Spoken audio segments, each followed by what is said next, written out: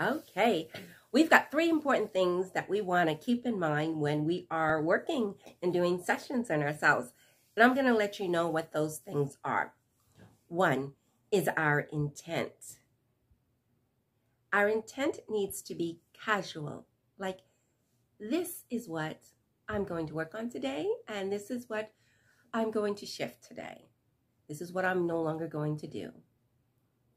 The intent of this is what I have to work on today. This is messing my life up so much. I need to make sure this is what I have to change. Do you see? There is a different vibe. So we want to keep the vibe of casual. This is what I'm going to do.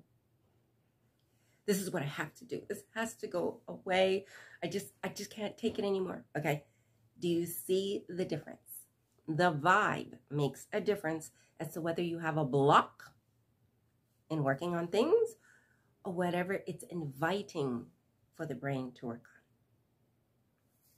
on. Number two, you want to have a metaphoric image of what it means to release, to let things go, to not let an emotion control you.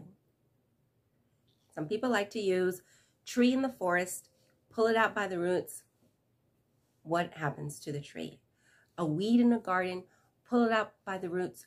What happens to the weed? A balloon, letting go, floating away till you see it no more. A boat on the horizon, drifting out to water, gone away. Whatever you want, metaphorically, to imagine this emotion that has been interrupting you, or this image that has been interrupting and interfering with what you want to do in life, no longer exists. It goes away. That is the other important intent to have. You want to have the intent and metaphorically see that this is just to be let go. It's not difficult. Pull it out, release it, watch it float away. Okay? I'm giving you fantastic tips to help this process be smooth. Now, the third thing you want to remember is to flip the memory. What does that mean? Flip the memory means after you have gotten your emotional attachment to whatever issue you're working on to a 0 or a 1, you use your imagination. Something you used to always use when you were young, but now you're going to use it as an adult very constructively to intentionally give your brain a new memory to attach. Now you're like, that's not a real memory. How can you do that? Well, when you meet a guy or a girl for the first time, or you've gone on a couple of dates, what are some things that you start to imagine? Maybe him proposing, maybe her being the girl of your dreams, getting married. You use your imagination, and you don't sit there and say, no, I can't think of that because that's not really real. You want that, so you imagine it. Well, let's say you're telling a story, and all of a sudden, things start to get even more emotionally or extravagant as you explain it. Okay? So, right now, you are working with your subconscious. You are trying to help it to heal. So after you have gotten the emotion to go down to a 0 or 1, you're going to give it something good, happy, as if, let's say, you watched a movie or a book. Do you know how influential books and movies are on your mind? That's why when we're watching them or reading them, we'll start to cry. Or we'll be like, yeah, do it. And it's like, it's a movie. It's not real. So that's what you're going to do for your brain to help it to stay healed. You're going to replace the memory with something good, as if what you were dealing with never happened. So, example, a car accident. You have an image and a sound of it. You've gotten it all the way to drop down.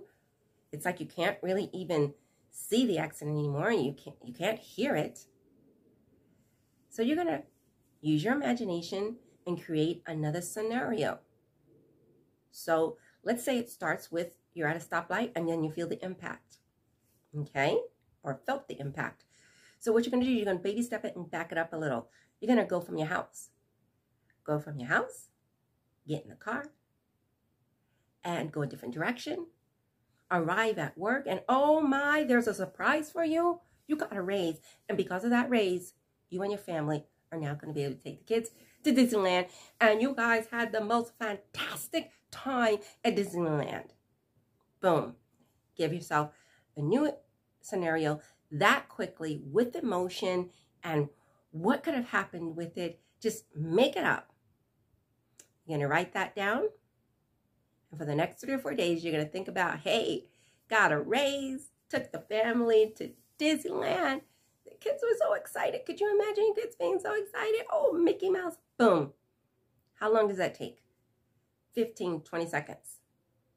This will implant in your brain something good. You're using your imagination for the good.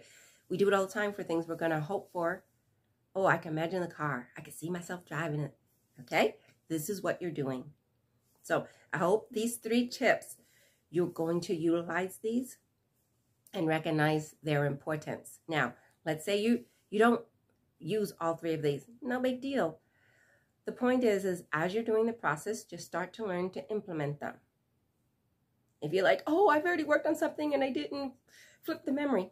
No problem. Look at it right now. Take 15 seconds, flip the memory, write it down, and for the next 2 or 3 days, put it in. Okay? So these are the 3 things that are really helpful in getting extraordinary results. So I hope that you found these of value. And if you have any questions, please let me know. Ciao.